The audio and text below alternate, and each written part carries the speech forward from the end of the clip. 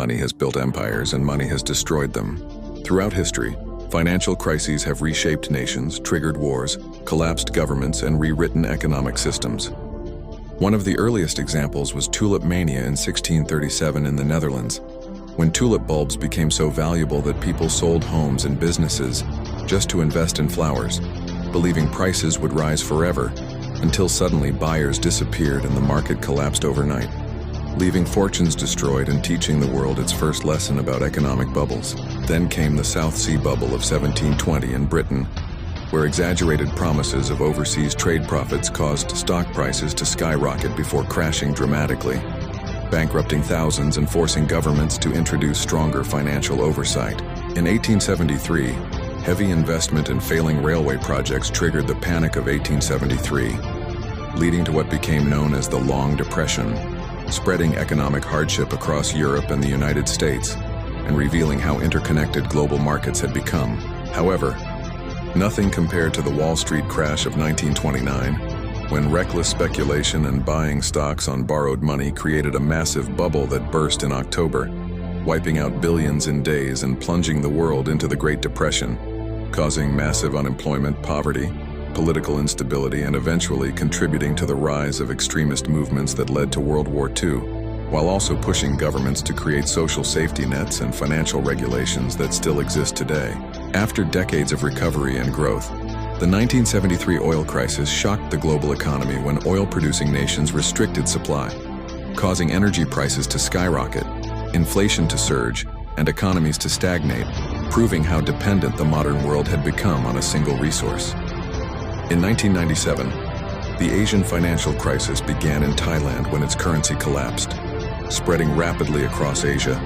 destroying businesses, weakening governments,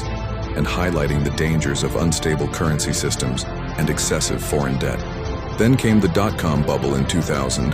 when internet companies with little to no profit were valued at billions simply because they had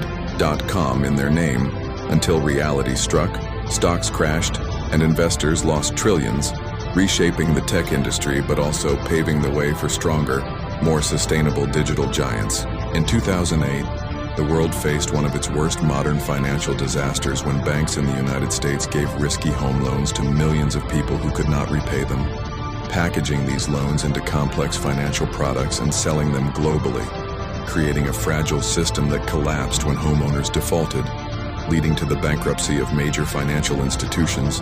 global recession, massive job losses, and government bailouts that sparked debates about regulation, inequality, and corporate responsibility. More recently, the 2020 global pandemic caused sudden economic shutdowns worldwide, crashing markets within weeks, disrupting supply chains, increasing government debt to historic levels, and accelerating digital transformation as businesses shifted online, permanently changing how people work, shop, and interact. Each of these financial crises proves a powerful pattern. Excessive greed, blind optimism, weak regulation, and overconfidence in endless growth eventually lead to collapse. Yet from every crash, new systems, protections, and innovations emerge, shaping a more cautious but evolving global economy. History makes one thing clear: financial disasters are not just about money. They change politics, technology, society, and the balance of global power, and understanding them may be the only way to prepare for the next one. Because if history has taught us anything, it is that economic cycles repeat, bubbles form, confidence grows,